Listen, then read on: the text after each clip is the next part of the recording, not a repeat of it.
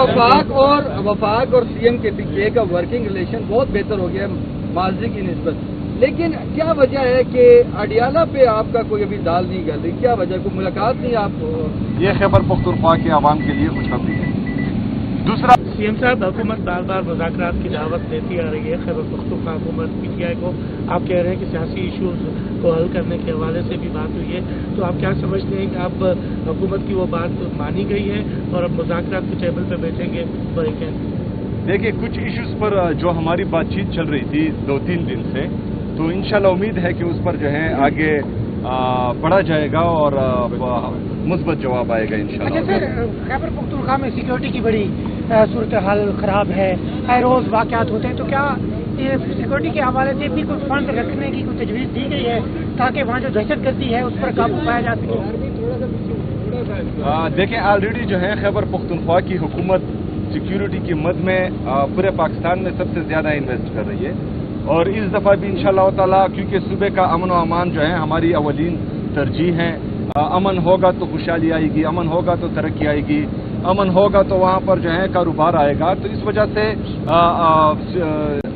अमन के लिए इस दफ़ा तकरीबन मेरे जब से मैंने हल्फ लिया है 15 अक्टूबर से अब तक 30 अरब रुपए से ज़्यादा तकरीबन मैं वहाँ पर इन्वेस्ट कर चुका हूँ, अपनी सीटीडी में, अपनी पुलिस में, उनकी कैपेसिटी इन्हेंसमेंट में, उनकी इंफ्रास्ट्रक्चर डेवलपमेंट में, मॉडर्न इक्विपमेंट में, ये तमाम आ चुकी हैं। तो डेफिनेटली इंशाअल्लाह ताला हम जो है अपनी पुलिस, अपनी सीटीडी, अपनी स्पेशल ब्रांच को मजीद मजबूत बनाएंगे। सर, वफाक और सीएम के पीछे का वर्किंग रिलेशन बहुत बेहतर हो गया है माजी की निस्बत, लेकिन क्या वजह है कि अडियाला पे आपका कोई अभी दाल नहीं गल रही? क्या वजह, कोई मुलाकात नहीं आप कर पा रहे?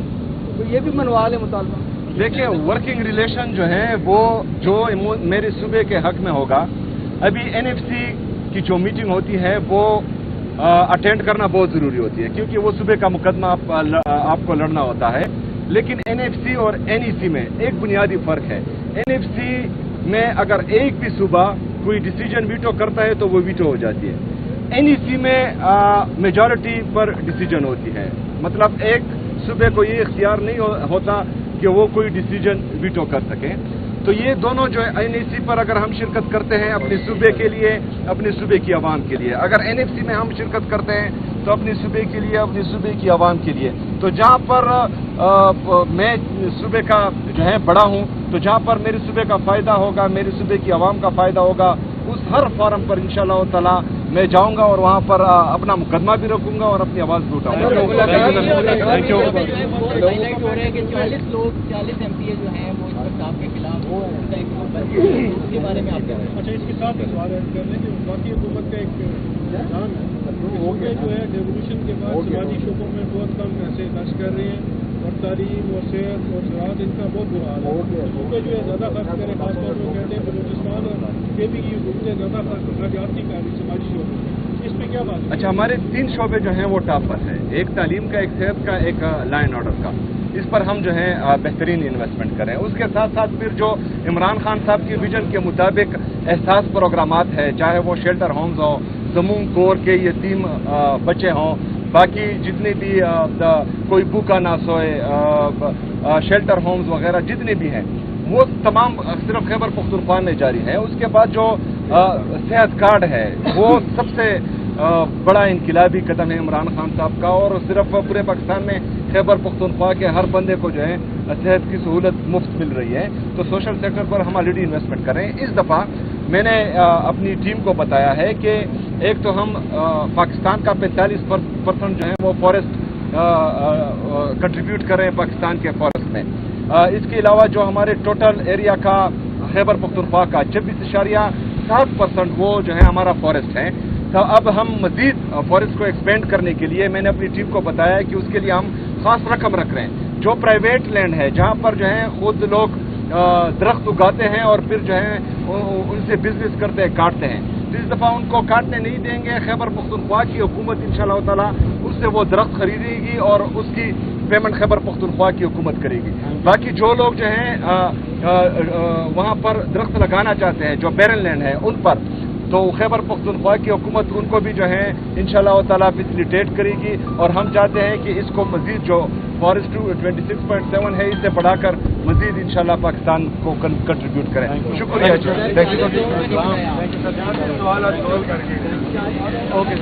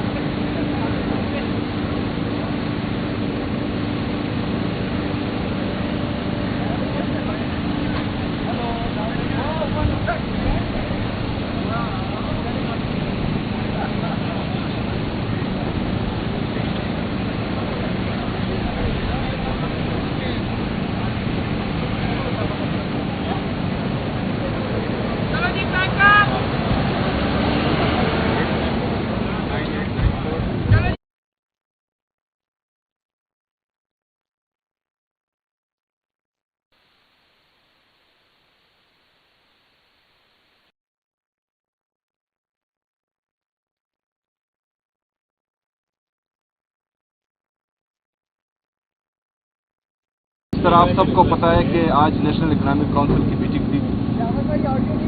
اس میں ہم نے خیبر پختونخوا کی عوام کا مقدمہ بہترین انداز میں لڑا. خیبر پختونخوا کی عوام کے لیے یہ خوشخبری ہے کہ آج ہم نے جو NFC ایوارڈ ہے، جو ہمارے قبائلی اضلاع کو 2018 میں شامل کیا گیا تھا، اور اس کے بعد ہماری NFC کو اپڈیٹ نہیں کیا جا رہا تھا. انتظامی طور پر ہمارے مرج اضلاع کو شامل کیا گیا تھا، لیکن فائنینشل طور پر وہ شامل نہیں ہوئے تھے. تو آج NEC میں ہم نے وہ مقدمہ رکھا. شہباز شریف صاحب کی طرف سے یہ وعدہ کیا گیا کہ 180 دن کے اندر اندر NFC اپڈیٹ ہوگا، NFC پر باقاعدہ میٹنگز ہوگی، اور 180 دن کے اندر اندر تمام صوبے 11th NFC کو فائنل کریں گے انشاءاللہ تعالی. اگر 180 دن کے اندر تمام صوبے ہمارے قبائلی اضلاع کے حقوق پر متفق نہیں ہوئے تو شہباز شریف صاحب نے کہا کہ میں سمری پریزیڈنٹ صاحب کو بھیجوں گا، اور پریزیڈنشل آرڈر سے ہمارا 7th NFC اپڈیٹ ہوگا، جس میں ہمارے قبائلی اضلاع کا شیئر شامل ہوگا انشاءاللہ تعالی. یہ خیبر پختونخوا کے عوام کے لیے خوشخبری ہے. دوسرا، جو ہمارا AIP پر کٹ لگا تھا، وہ مذاکرات کے بعد کافی حد تک بہتر ہوا ہے، لیکن ہم نے مزید ڈیمانڈ کی ہے، اور انشاءاللہ تعالی ابھی اس کے بعد جو ڈرافٹ آئے گا تو اس میں ہمارے AIP کا شیئر، مرج ایریا جو ہماری ADP ہے اس کا شیئر، انشاءاللہ ہمیں امید ہے کہ اس میں ہمیں کافی بہتری آئے گی.